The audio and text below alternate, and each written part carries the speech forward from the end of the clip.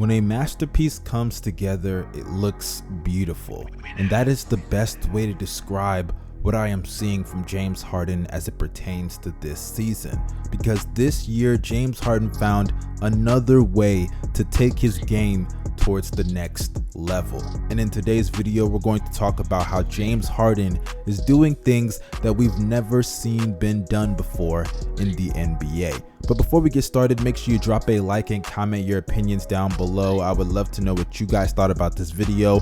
I will interact with as many people as possible. Also, do not forget to follow me on Twitter and on social media. All of those links are down below in the description box. So without further ado, let's get back to the topic at hand and talk about how James Harden has taken his game to another level. It seems like year after year, season after season, James Harden finds new ways to show us that he's one of the greatest players in the history of basketball. When he was in OKC, he showed he could be the best bench player in the NBA. He goes to Houston and proves that he could be a #1 option on a legit team in the West. Then the Rockets ask him to run point guard, and he does that effortlessly and leads the league in assists. Then he proceeds to go on and lead the league in scoring for 3 consecutive years, scoring around 30 to 35 points per contest each and every season. And now he's in Brooklyn and he's doing it again, finding another way to be effective as a basketball player while still playing at an elite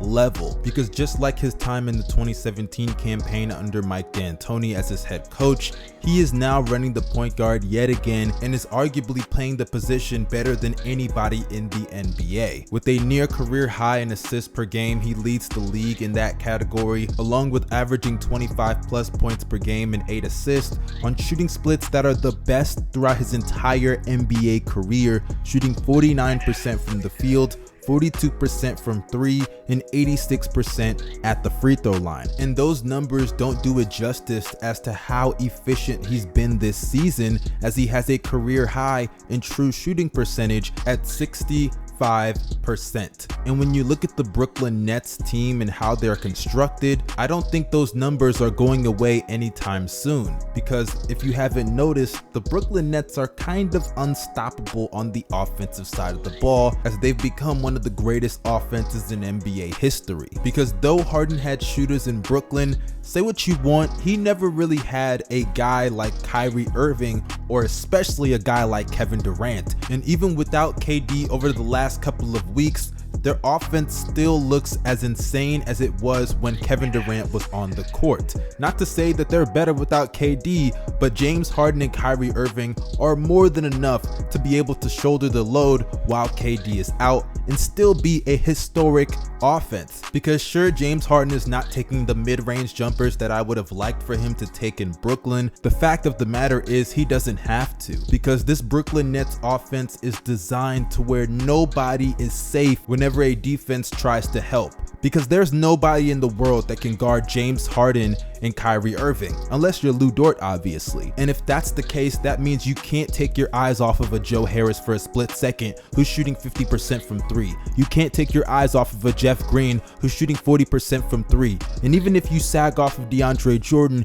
he's a great lob threat, as he's shown over the last couple of weeks, actually throughout the entire NBA season, and forget that, actually throughout his entire NBA career. DJ may be getting up there in age, but he can still get up there and slam it down, if you know what I mean. And who better to be the orchestrator of offense than one of the greatest playmakers in the history of basketball, leading the league in assists for the 2nd time in his career, in James Harden. Because the man is proving time in and time out that he is one of the most versatile offensive players in NBA history. Want him to play off ball and come off the bench? That's how he started off his career. You want him to be a high usage player to take on a huge offensive load? He did that over the last 3 seasons, in which he led the league in scoring 3 consecutive years in a row. And hell, you want him to run the point guard and initiate offense? He's led the league in assists before in the past, and he's doing it right now. And right now, as we speak, you could argue that James Harden is not only the best point guard, but is the lead candidate for the MVP.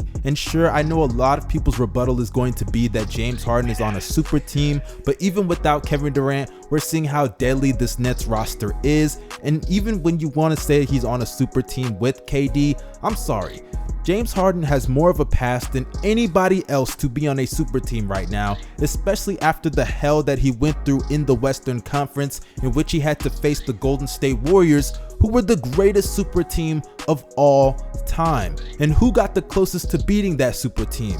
It was James Harden in the Western Conference Finals back in 2018. And sure, you can criticize how he played in those Western Conference Finals games, especially in game 6 and 7, and a lot of those arguments will be valid. I've even voiced some of those criticisms on this channel. But when you look at what's happening right now, there is nobody in the NBA that you can definitively say is playing better basketball than James Harden, super team or not. But that concludes this video. I know this was shorter than a lot of my usual videos, but I just wanted to make something sweet and simple, right to the point, because James Harden disrespect was completely out of hand a couple of years ago, but those same people are very quiet now while he's having one of the greatest seasons in NBA history, on the verge of potentially getting his first championship. And once that happens, all of those critics and the criticisms that many people, including myself, have given him, they will all be thrown to the wayside, and Harden will finally be able to shut up his doubters who believe he just won't get it done